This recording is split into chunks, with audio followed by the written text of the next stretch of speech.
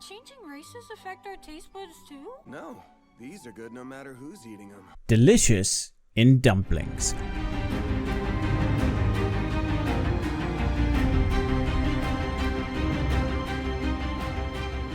I am Noxiddar! Hey everyone, how's it going? Noxiddar here, and welcome to the next reaction of Delicious in Dungeon, episode 23.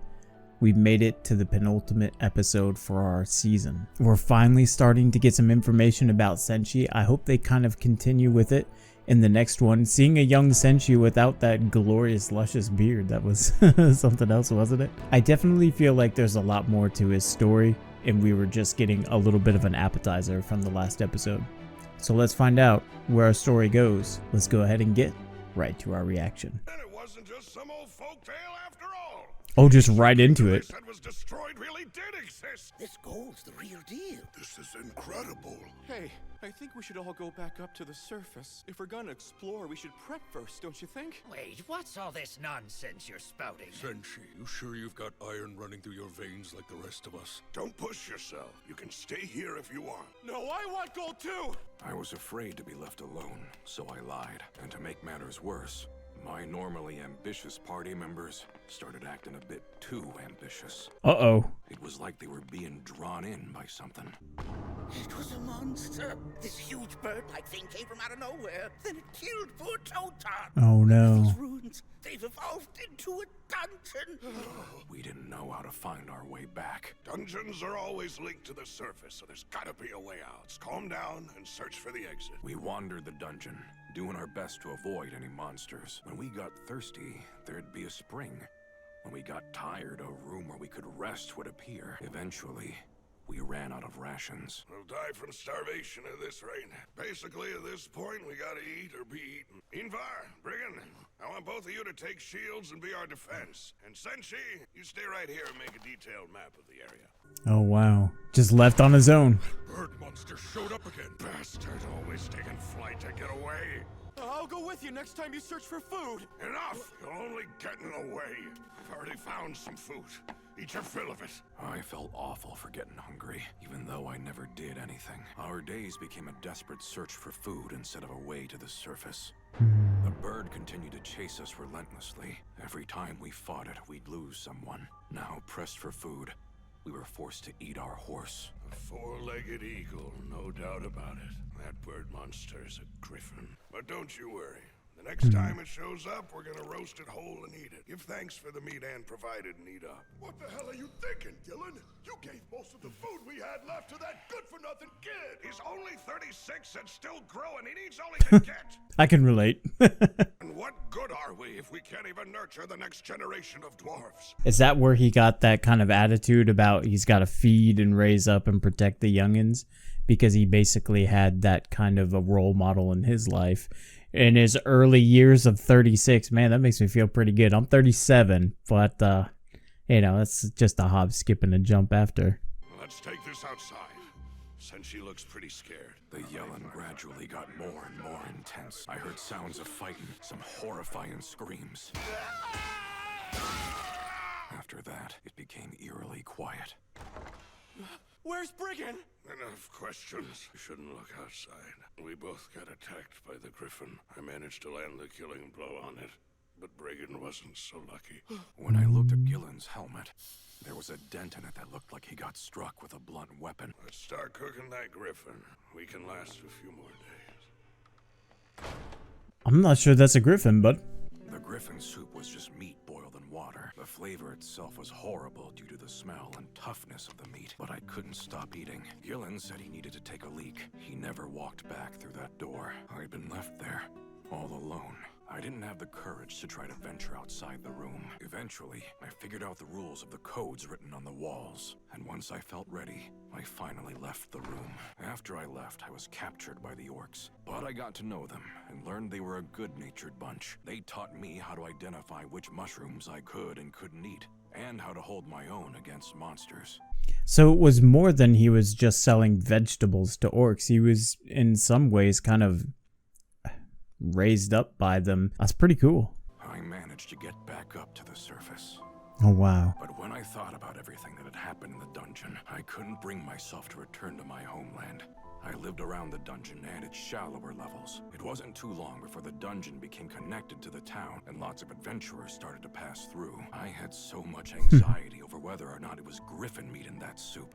Every time I ate something, I'd remember that distinct flavor. All the monster meat I've eaten so far has never even come close to how it tasted. And that's the reason why I ran away from the griffin earlier. Oh, didn't want to know? Afraid to finally learn the truth. That makes sense. So horrible. Wow. That is awful. Like, I mean, from a storytelling standpoint, this is like really compelling. But if you think about like the circumstances of always wondering if you actually ate griffin or not, and then having that kind of like coalesce over a period of years, or I guess years, right, in this case, and to just have that kind of culminate into a fear of griffins, not because of the monster or its ferocity, but because of being confronted with a possibly horrible, traumatic truth. On some levels, you just don't want that kind of closure. It's just better not to know. And that, it seems, is where we find ourselves with Senshi. That really took a turn. I'm not going to lie. I thought they would just be like, well, this is great. And then they get lost. And then, you know, maybe like they all die off one by one. Not this like survival horror like upbringing. Oh my gosh. What the heck, man? Well, we got that, Griffin. You want to eat it? Oh my god. I just thought it might help. If it's the same, you can relax. But if it's a completely different flavor, then that sucks. But at least you would have an answer. Is this guy serious? He is. It's your call, Senshi. You're right, Laios. Guess I should try some. All right. In that case, let's do our best to recreate Senshi's soup. The top half and bottom half taste totally different from each other. So let's grab both. You just want to eat both. I wonder why that other one kept pursuing Senshi's party. It killed them, but it didn't care about eating them. You mentioned you had a horse, right? They're a griffin's favorite thing to eat. So then why didn't it go after the horse first? A griffin's weapons are its front claws and its beak. So whatever attacked Gillen most likely wasn't a griffin. Marcel and I mistook Fallon for a griffin, so Senshi's party could have been wrong too. Which one could attack with blunt force? Should we add anything? No, that's it. Come to think of it, you said the orcs taught you how to differentiate mushrooms, right? Have you ever seen those before? Nope. Those are new to me. We went through the trouble, so I'll eat it. I'll accept the results no matter what they are. It looks different to me. It's ready. You hear that hesitation? This flavor, it's nothing at all like what I tasted back then. I guess it's exactly what I feared it was. It's fine. At least I know now. Gillen wanted me to survive no matter what the cost. I'll carry that with me for the rest of my life. Griffin meat smells gamey, and the texture of it makes it hard to chew. So, what Senshi had eaten back then wasn't actually Griffin. And it definitely wasn't human. The monster that attacked them was a hippogriff. A griffin's lower half is a lion, while a hippogriff's is more horse-like. The one from back then must have been after Senshi's horse. Also, hippogriffs have something that griffins don't have, and that's hind legs with hooves. It's over if you get kicked. The kick's so strong, it'd even dent metal. If what you'd eaten before was really a hippogriff, then of course this soup has a completely different flavor. I appreciate it, Laios. Yeah, if nothing else, it at least gives you hope that maybe it isn't the worst of what you feared. Who knew that awkwardness could come through in the end? Way to go, Laios. Let's compare this with the taste of some hippogriff meat. Aren't you supposed to say the truth is still unknown, but at least there's a ray of hope and end it there? Do you even know where to find a hippogriff? Of course. There's one right under our noses. And there's something we should have realized sooner. We defeated a griffin that was never reported to even be here. It's cause there was an accomplice that helped complicate the situation. The changelings. There's a related folktale that derives from your birthplace, Chilcha. Have you ever heard of the replacement child? Oh, wow. A child will go out to play in the woods and return looking like a troll version of themselves. For a while, people thought it was some kind of magic, but only recently discovered that it was because of these mushroom-shaped monsters. Once people realized that, they got rid of them. They're rare now. But to think they'd grow here, I'm almost positive this monster isn't actually a griffin. Time to find out. Take the griffin meat and place it inside the changeling's fairy ring. Oh, it's totally different now. That looks closer. Wow, interesting.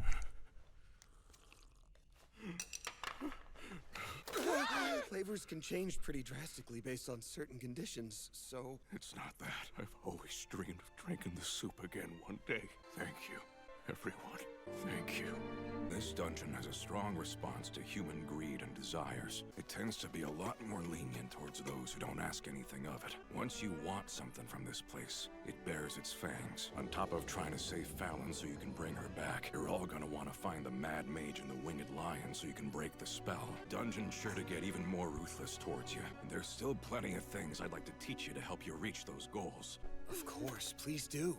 How is everyone feeling? What else could this be but food poisoning? How long did I sleep? Guess the food poisoning passed. Thank goodness. I thought we were gonna die. Oh no. What's going on? Oh, Marcel, do you see this? I definitely shrunk, right? Wait, she shrank too? Who are you? Why the hell are you guys so noisy? Mr. Chilchuck. Mr. Chilchuck. We accidentally ended up stepping inside the changeling ring. It changed a hippogriff into a griffin, so this isn't too out of the ordinary. I'm a dwarf now. Senshi is an elf. Marcel is a half-foot. Chilchuck is a tall man, and Izutsumi is a dog. Oh, she's gonna love that. Probably a kobold. How do we return to our normal bodies? If we step inside the ring again, it might reverse, right? Yeah, that's what I was thinking. But look outside. While we were trying to sleep, our bodies kept shaking. But it was really the dungeon shifting instead? This body is great. I can still see even though it's dark. Of course he's gonna love it. This body's heavy and it feels like I'm engulfed in some kind of thick curtain. I'm guessing your senses got a lot duller. Yeah, it's nice to look down on you guys. Wild. This is weird. I like it though. This takes us deeper, huh? We were trying to go back, but ended up moving forward anyway. Laios, do you think whoever was here might know how to fix this? I'm gonna guess that they didn't go through this door. Doesn't seem like the dungeon has any intention of letting us go yet, so instead of us trying to fight it, it's probably better if we move forward. Once we're back on the surface, it'll be easy to fix this. I'm not saying we should stay like this forever. Are you an idiot? These bodies haven't been that inconvenient so far. What are we supposed to do about this door? Think you can pick the lock, Chilchuck? Can't do it if there's no physical lock.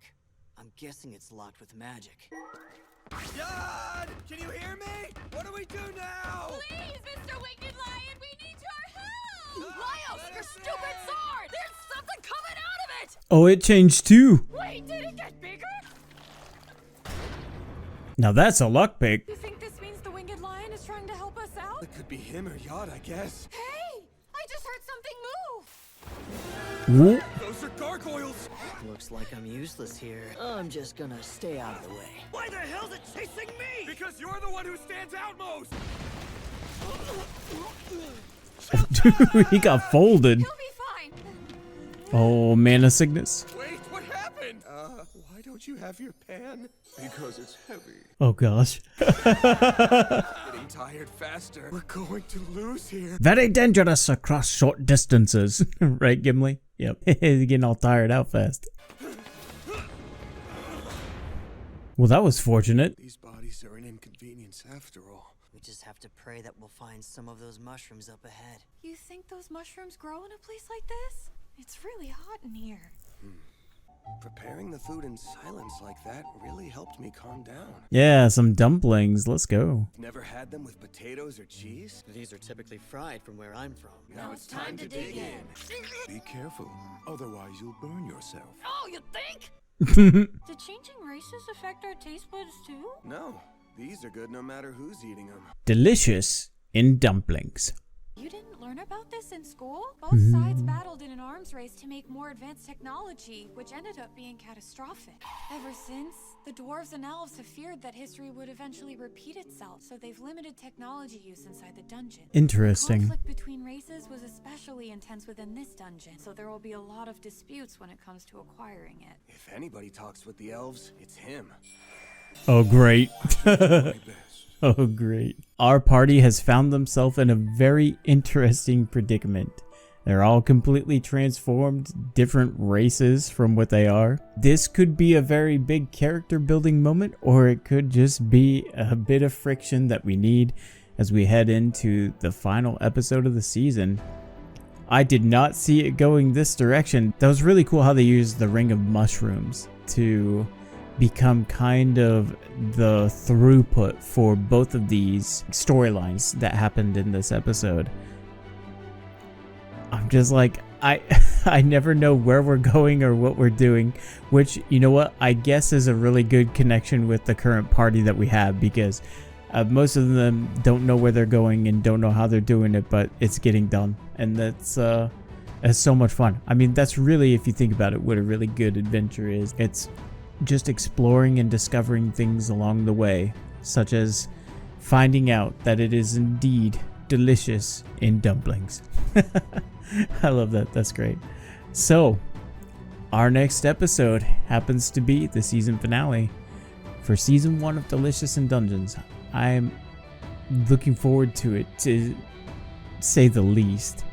I will probably start that recording right after this, and I actually can't believe that we're here already. It still feels like things are building, and I realize that the story itself isn't over, but it certainly feels like whatever happens in the next episode, if it ends on like a crazy cliffhanger, I don't know, that's going to be a long wait. My next goal after that is to pick up the box set, but I have to wait until December. It comes out on Amazon on December 10th. And then once I do that, my goal is to read the entire Delicious in Dungeon story. So I will be refraining from reading anything that pertains to like season 2 and stuff from the manga standpoint until I actually get my hands on them. That's the way that I would like to experience it, and it'll be really interesting to see how that kind of infers my commentary going into season 2 of Delicious in Dungeon. But we'll talk about that another time. That's all the time we have for today. I hope you enjoyed this reaction, and I will see you in the next one. This is Noxiddar out. We'll see ya.